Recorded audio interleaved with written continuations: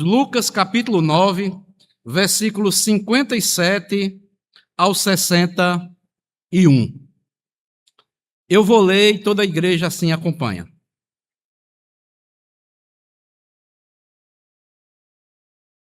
Lucas 9, 57 diz assim: Indo eles caminho afora, alguém lhe disse: Seguir-te-ei para onde quer que fores.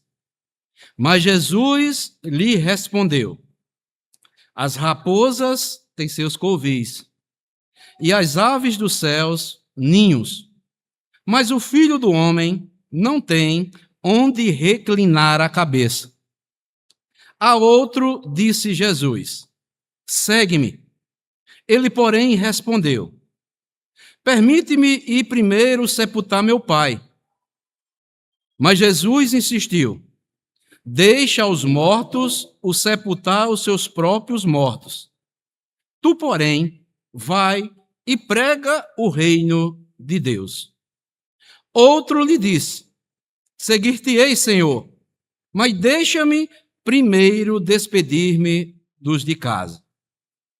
Mas Jesus lhe replicou: Ninguém que, tendo posto a mão no arado, olha para trás, é apto para o reino de Deus.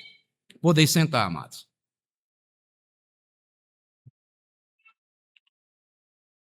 Amada igreja do Senhor Jesus Cristo, nesta noite, com base nesse texto aqui que acabamos de ler, eu quero falar sobre o seguinte tema: ponha a mão no arado. Ponha a mão no arado. Amados irmãos, esse texto aqui que acabamos de ler traz um profundo ensinamento de Jesus para a vida da sua igreja e para a vida daqueles que ouvem falar acerca do Senhor Jesus Cristo. Nesse texto nós observamos que 3 homens poderiam ter se tornado discípulos, mas como o texto próprio fala, eles não preenchiam os requisitos estabelecidos por Jesus Cristo. Nesta passagem, Jesus deixa bem claro como é necessário superar os obstáculos que encontramos na vida para segui-lo. A vida cristã exige muita perseverança e determinação da nossa parte. As coisas não são tão fáceis quanto se aparentam. Surgirão lutas por todos os lados. Essa é a natureza da vida cristã. Porque existe incompatibilidades entre o cristão e o mundo em que vivemos. Entre aquilo que é espiritual e entre aquilo que é carnal. Entre o reino de Deus e o reino dos homens. Jesus afirma aqui nesses versos o quanto é difícil segui-lo em prol do seu reino. Não é fácil ser seguidor de Jesus, porque muitos fogem dos valores que Deus estabeleceu para seguirem o seu filho. Porque muitos fogem da vontade de Deus. E muitos, até ao ouvirem as verdades estabelecidas nas Escrituras, fogem dos caminhos de Deus. Muitos também fogem da tarefa, dos trabalhos que Deus confiou àqueles que estão dispostos a seguir a Jesus Cristo e trabalhar em prol do seu reino. Jesus Cristo, ele foi muito breve, ele foi muito claro, foi muito transparente. Observe que o texto que nós lemos nos fala sobre as atitudes desses três homens aqui contidos no texto que acabamos de ler. O primeiro homem, no versículo 57 ao 58, diz que se prontificou a seguir a Cristo, era fervoroso, acalorado, entusiasmado. Seguir-te-ei para onde quer que fores. Entusiasmo, fervor, não faltava àquele homem. O problema foi que ele não se deu conta, de forma real, do alto preço a pagar por tal decisão. Logo provou que o seu entusiasmo era baseado no calor do momento. Algo que não seria forte o suficiente para sustentá-lo na amplitude da batalha que ele enfrentaria ao tornar-se um seguidor de Jesus Cristo. E Jesus aqui informa aqueles que querem ser seus discípulos que ele, o próprio Cristo, não tinha sequer o conforto de uma casa comum, diferente do restante dos demais povos. E Jesus diz: as raposas têm os seus covis, as aves dos céus, ninhos, mas o Filho do Homem não tem onde reclinar a cabeça. Então, desta forma, Cristo ressaltou aqui que segui-lo implicaria renúncia de alguns confortos e prazeres terrenos, algo que é válido também para os nossos dias. Então, Jesus aqui ressaltou de forma clara que seguir a Jesus implicaria em renúncia de alguns confortos e prazeres terrenos que teríamos que renunciar. Mas também aqui Lucas escreve, inspirado pelo Espírito Santo, apresenta também o segundo homem, do versículo 59 ao 60. Este homem diz o seguinte: a outro disse Jesus, segue-me. Ele, porém, respondeu, permite-me ir primeiro sepultar meu pai. Jesus insistiu, deixa os mortos sepultar os seus próprios mortos. Tu, porém, vai e prega o reino de Deus. Este segundo aqui, homem do texto que é narrado por Lucas, colocou a responsabilidade familiar antes de Jesus. A preocupação com a casa dele era a pedra no caminho deste homem. Este homem era lento, era pensativo. Ele analisava todo o custo da condição de se tornar um discípulo de Jesus. O grande problema aqui deste homem foi que ele não priorizou o que era correto para a sua vida. E, deste modo, não compreendeu a urgência em tomar uma atitude quando Jesus lhe chamou. Mas ainda um terceiro homem aqui, o versículo 61. A outro lhe disse, melhor dizendo, seguir-te-ei, Senhor, mas deixa-me primeiro despedir-me dos de casa. Esse terceiro homem até se ofereceu para ser discípulo de Jesus Cristo, mas era hesitante. Este homem aqui ficou em cima do muro, até que se dispôs a ir com Jesus. Mas hesitou quando olhou para as coisas que ele deixaria para trás. No entanto, Jesus Cristo deixou claro que a condição para segui-lo é não permitir que os empecilhos interfiram na nossa total obediência a Jesus Cristo. E por isso que Jesus, aqui no versículo 63, ele diz: o que olha para trás não está dando importância à tarefa que tem para cumprir. Na melhor da hipótese, não passa de alguém que apenas fala com a boca, mas o coração ainda não foi totalmente transformado pelo Senhor Jesus Cristo. Jesus aqui, amados, ele quer dizer que o valor do reino de Deus está oculto. Quem verdadeiramente descobre Jesus, sabe por que o segue e porque deve segui-lo até a morte. No versículo 62, Jesus disse: mas Jesus lhe respondeu: ninguém que tendo posto a mão no arado, olha para trás, é apto para o reino de Deus. São palavras do Senhor Jesus Cristo. Jesus está nos mostrando aqui: quem decide colocar a mão no arado, sabe que não será fácil a sua caminhada, a sua trajetória em servir a Jesus aqui nesta terra.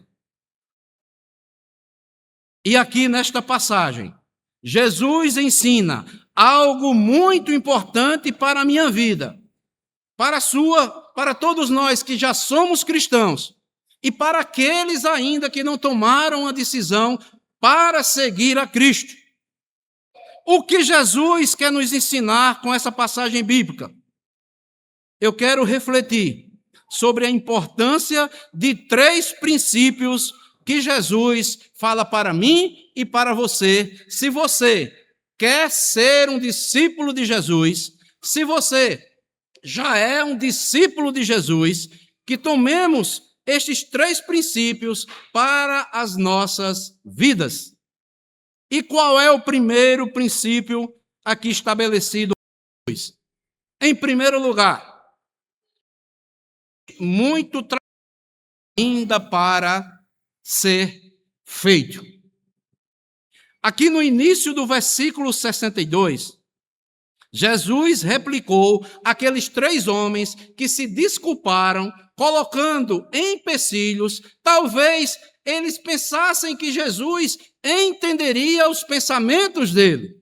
Jesus replicou a eles e disse: ninguém que tendo posto a mão no arado, olha para trás, é apto para o reino de Deus. Irmãos, existe muito trabalho para ser realizado.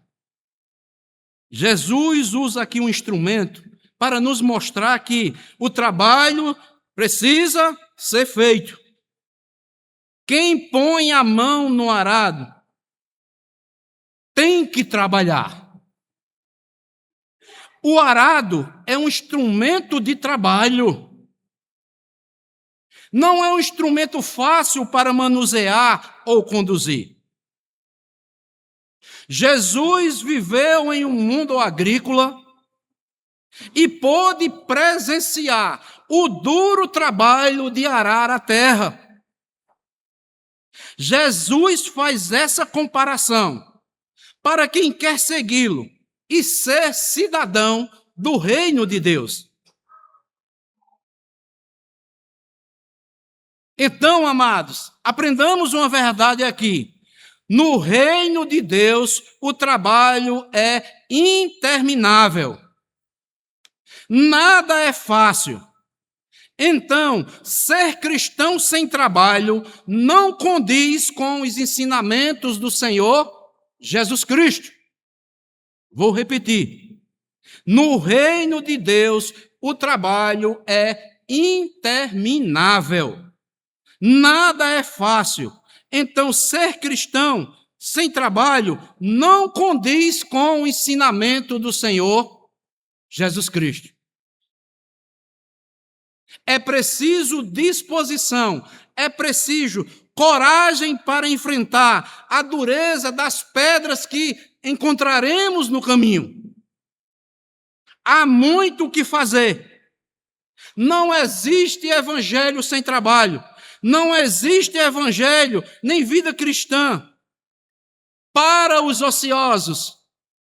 Temos que trabalhar. Somos chamados para o trabalho.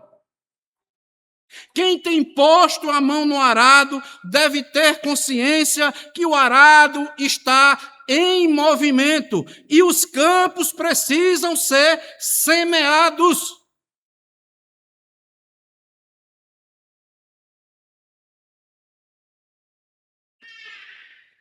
Meus amados irmãos, às vezes, nós pensamos que aquelas pequenas coisas que muitas vezes realizamos em prol do reino de Deus, Deus não está vendo cada um do nosso trabalho. É preciso que eu, que você, meu irmão, minha irmã, peguemos as mangas da nossa camisa e trabalhemos no reino de Deus. Cada um na sua função. Porque, segundo 1 Coríntios 15:58, é um texto bastante conhecido, mas muitas vezes, na prática, nós não fazemos o que nós proclamamos ao lermos este versículo.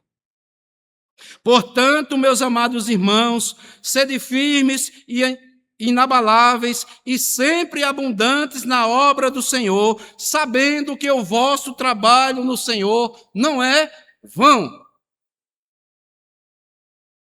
Então, meu irmão, minha irmã, você que me ouve ainda que não se tornou um discípulo de Jesus Cristo, Ele nos convida a trabalharmos.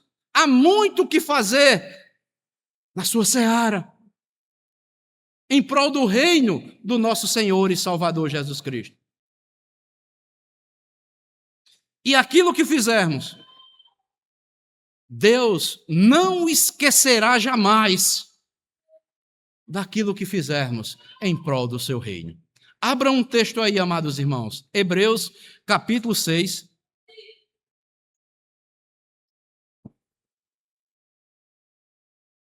Hebreus, capítulo 6. O autor aos Hebreus aqui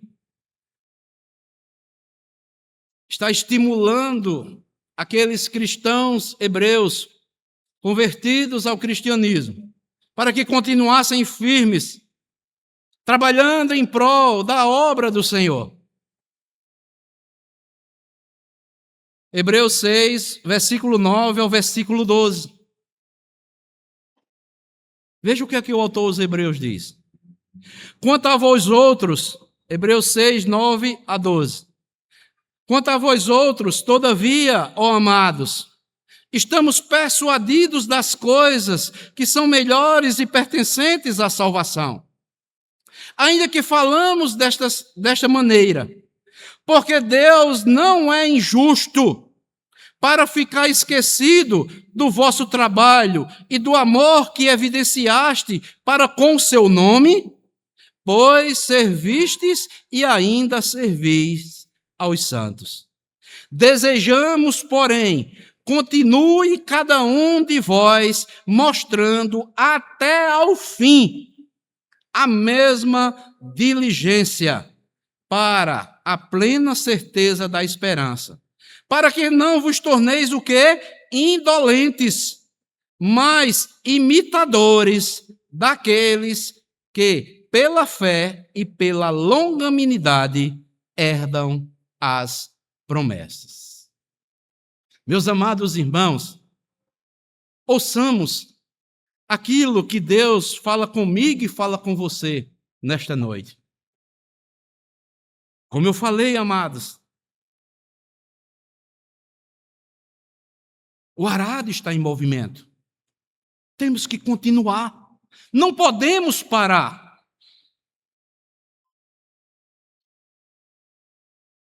Há muito trabalho ainda para ser feito. E Deus confiou a mim, a você que está me ouvindo, que já é cristão, e aqueles que querem fazer parte e se tornarem discípulos do Senhor Jesus Cristo. Vem que o Senhor está te chamando. O Senhor Jesus chama a mim e a você. Há muito trabalho. para ser realizado para esse grande e maravilhoso Deus.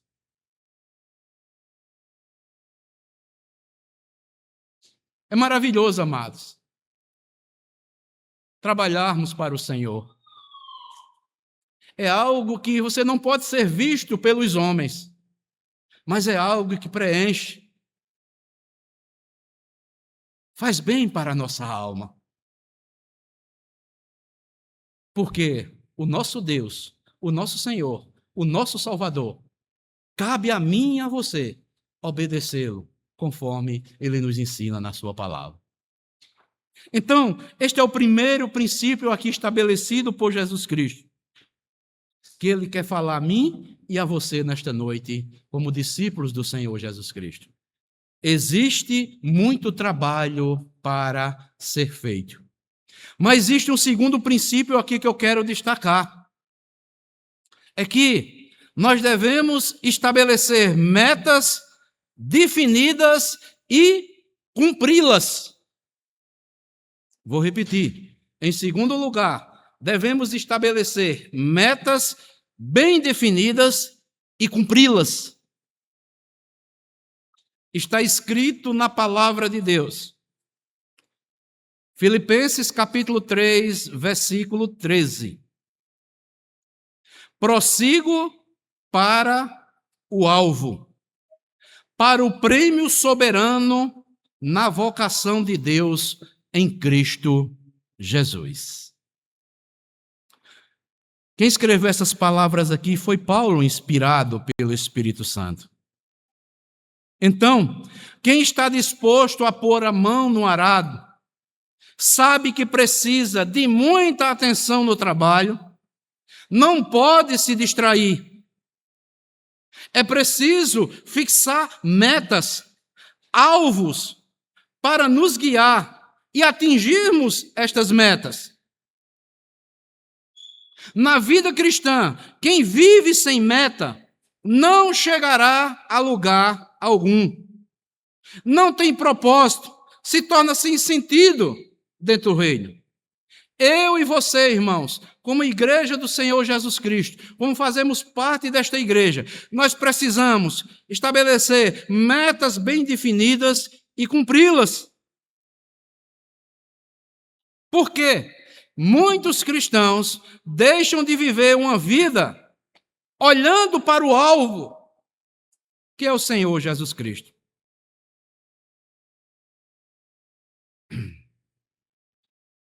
Só atinge esse alvo e completa esta carreira quem estabelece metas definidas para a sua vida. Temos que estar buscando este alvo que é Jesus constantemente. Aqui nessa parábola, Jesus... Desculpem, toma água aqui.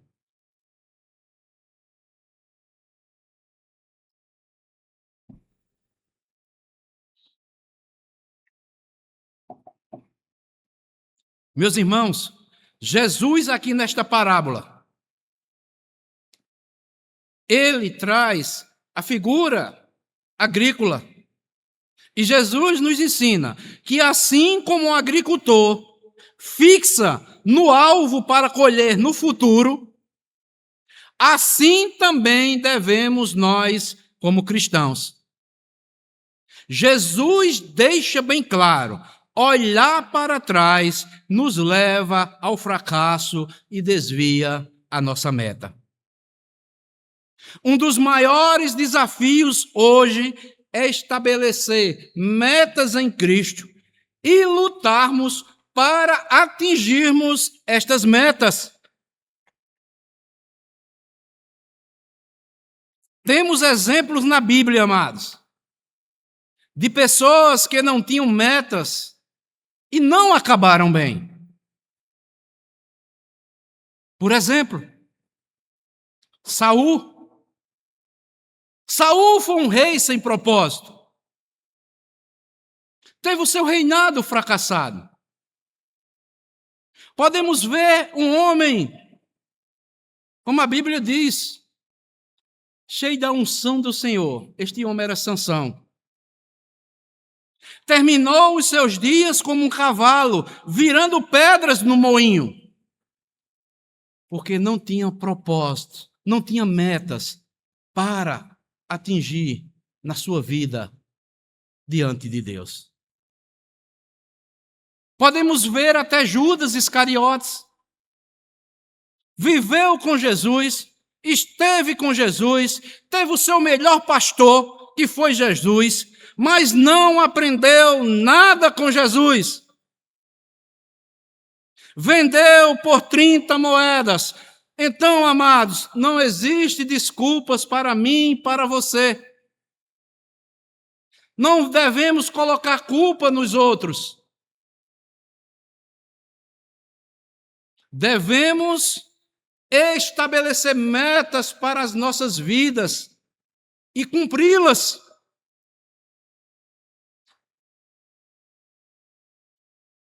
E Deus quer contar com cada um de nós.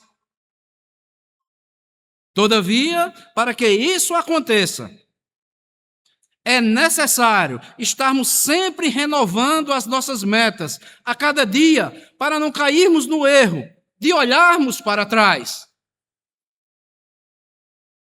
Estamos chegando no final de 2025. Restam 17 dias. O que passou, amados, nós vamos ver mais adiante, passou. Mas estabelecer metas definidas, este é o nosso dever sempre, olhando para o autor e consumador da nossa fé, Jesus Cristo. Não só estabelecer metas, mas cumpri-las. Que metas são estas, pastor? Devemos estabelecer metas de crescimento espiritual. Devemos crescer espiritualmente. Como igreja, devemos estar multiplicando a igreja, trazendo, expandindo a palavra do Senhor, para que pessoas se convertam e conheçam o Senhor Jesus Cristo, e a igreja cresça em número e em espiritualidade. Devemos estabelecer metas e nos esforçarmos para atingi-la, para alcançarmos aqueles nossos familiares que ainda não conhecem o Senhor Jesus Cristo. Devemos estabelecer metas para as nossas vidas, para crescermos em vida de oração, em sermos cristãos mais de oração, de total suficiência de Cristo em nossas vidas, porque sem Ele nós não podemos fazer nada. Tudo tem que começar com a oração, uma vida consagrada a Deus, dedicada totalmente a Deus, submissa a Deus e aos princípios de Deus, para que Ele nos guie, nos oriente, estabelecendo assim metas para as nossas vidas. Devemos estabelecer metas para as nossas vidas, para crescermos em união de uns para com os outros.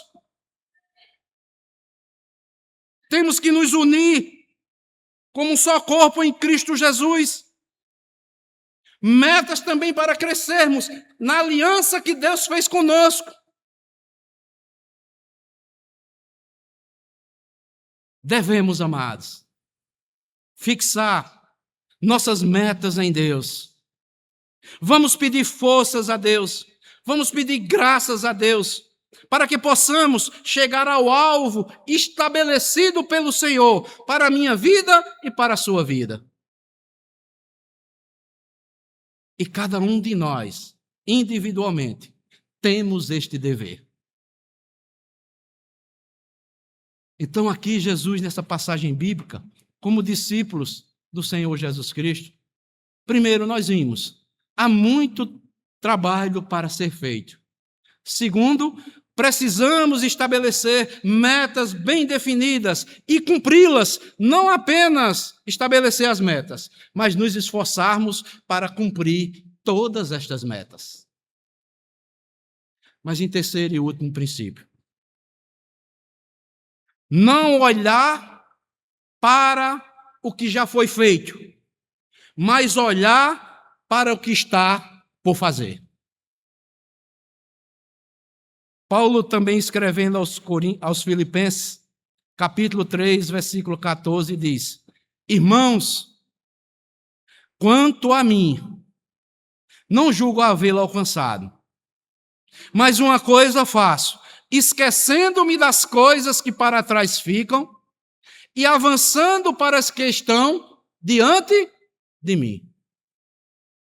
Então, amados, não olhemos para o que já foi feito, olhemos para o que está por fazer.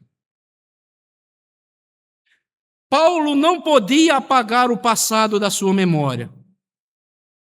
Recusou-se a deixar que o passado impedisse de avançar em direção ao seu objetivo. Ao usar aqui o verbo esquecendo-me no tempo presente, Paulo está indicando que se trata de um processo contínuo na minha e na sua vida, como discípulos do Senhor Jesus Cristo.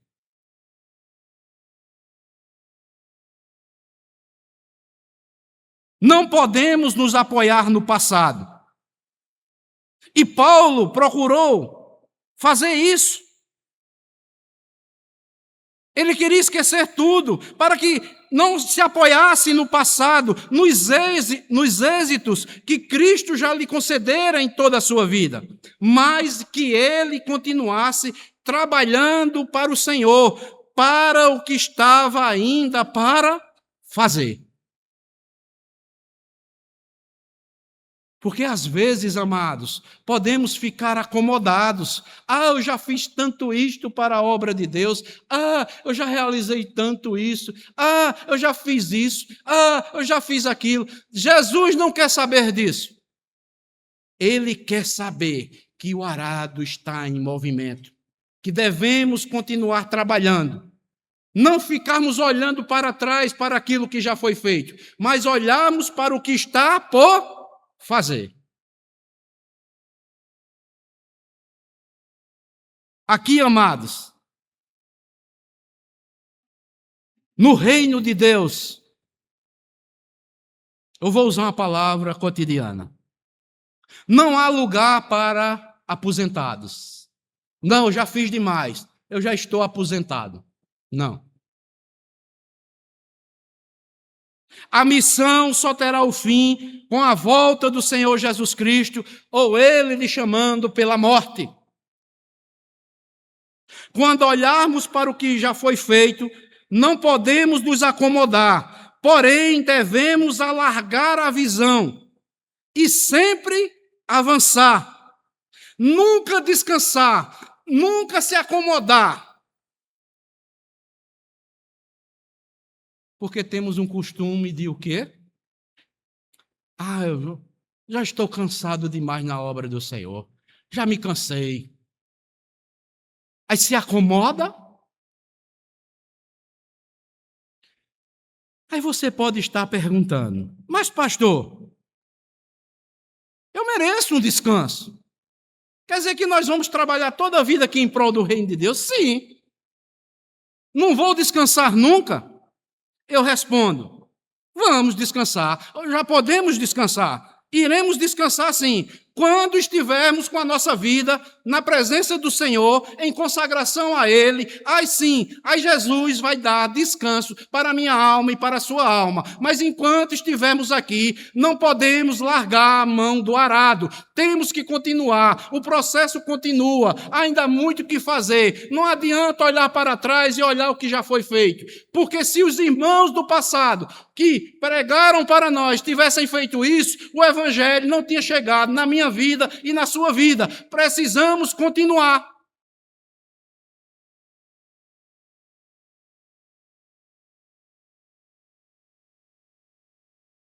Você já parou para pensar nisso? Se aqueles irmãos do passado, e eu estava lembrando antes com a minha mente bem avivada, se aqueles irmãos do passado tivessem se acomodado, não vou fazer mais nada não, mas eu lembro de muitas pessoas idosas, que eram bons conselheiros, boas conselheiras, estava sempre sentado ao lado do novo convertido, fortalecendo, perguntando se estava passando por alguma dificuldade, se precisava de ajuda. É isto, meus irmãos, que devemos fazer. Muitos já partiram. Ainda alguns estão aqui em nosso meio.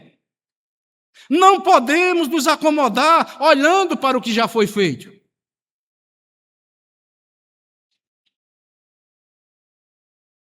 E eu digo uma coisa a você: não tem coisa melhor de continuarmos com a mão no arado, trabalhando com alegria no Senhor, fazendo a vontade do Senhor, que Ele requer da minha e na sua vida. Sabe por quê? Aí encontraremos, sabe o quê? Descanso para a nossa alma.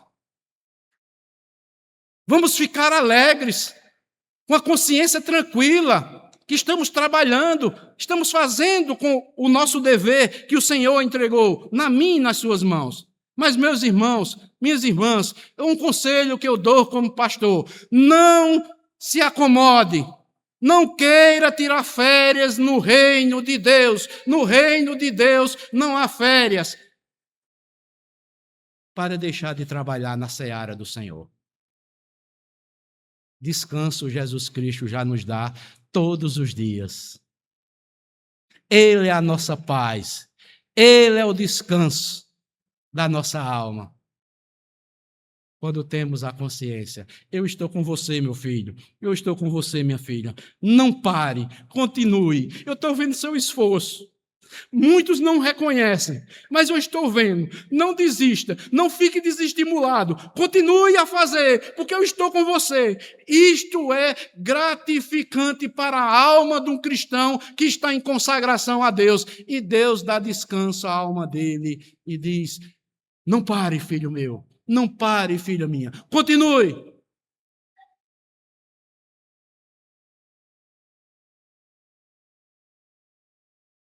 Irmãos, olhar para o que já foi feito nos realiza, nos dá alegria, mas pensar o que temos para fazer nos desafia ainda como cristãos. A vida cristã é isso, é um desafio constante, dia após dia.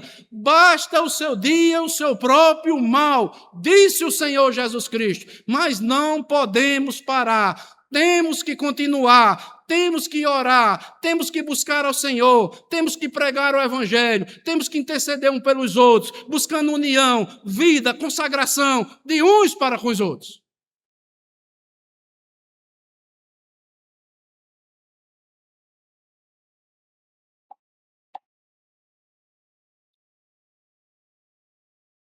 Meus irmãos, e quero finalizar dizendo o seguinte: irmãos colocaram a mão no arado, trabalharam de coração buscando mais a vontade de Deus. Os profetas sempre estavam prontos para fazer algo novo para o Senhor.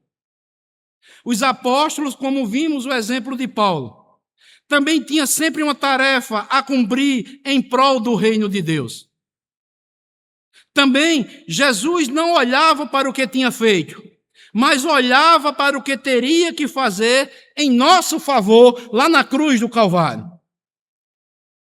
A igreja sempre terá novos desafios, por isso não pode parar no tempo, temos que continuar.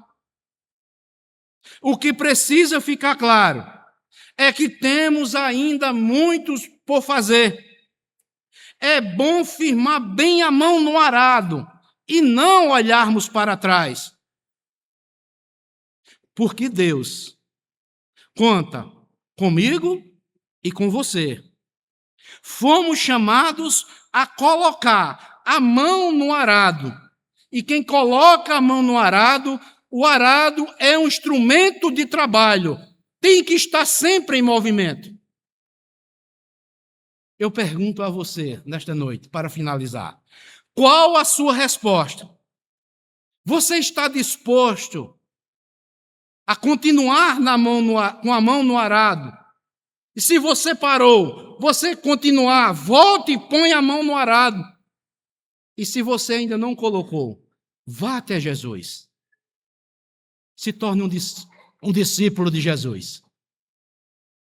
E faça parte daqueles discípulos que estão com a mão no arado, trabalhando em prol do reino de Deus. E quero ler com os irmãos um texto para finalizar. Abram comigo aí. Eclesiastes.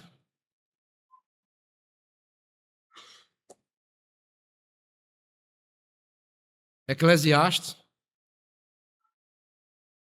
capítulo 9.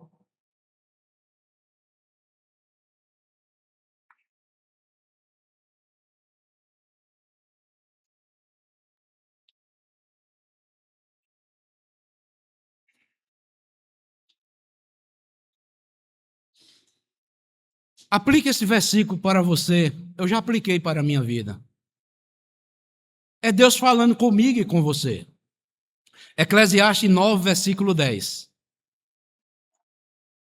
Que diz assim o Senhor, que fala comigo e com você nesta noite. Tudo quanto te vier a mão para fazer, faze-o. Conforme o quê? As tuas forças. Porque no além, para onde tu vais, não há obra, nem projetos, nem conhecimento, nem sabedoria alguma. O tempo é hoje. O tempo é agora. Lá no céu, meu irmão, minha irmã, nós não vamos mais evangelizar ninguém, viu? Lá no céu, nós vamos trabalhar, continuar trabalhando para o nosso Senhor. Está lá em Apocalipse 21. E todos os seus servos o servirão. Servo uma vez, servo para sempre. A Ele, o Senhor Jesus Cristo, a honra, a glória e o louvor para todo sempre. Amém. Deus abençoe a todos, em nome do Senhor Jesus Cristo. Amém.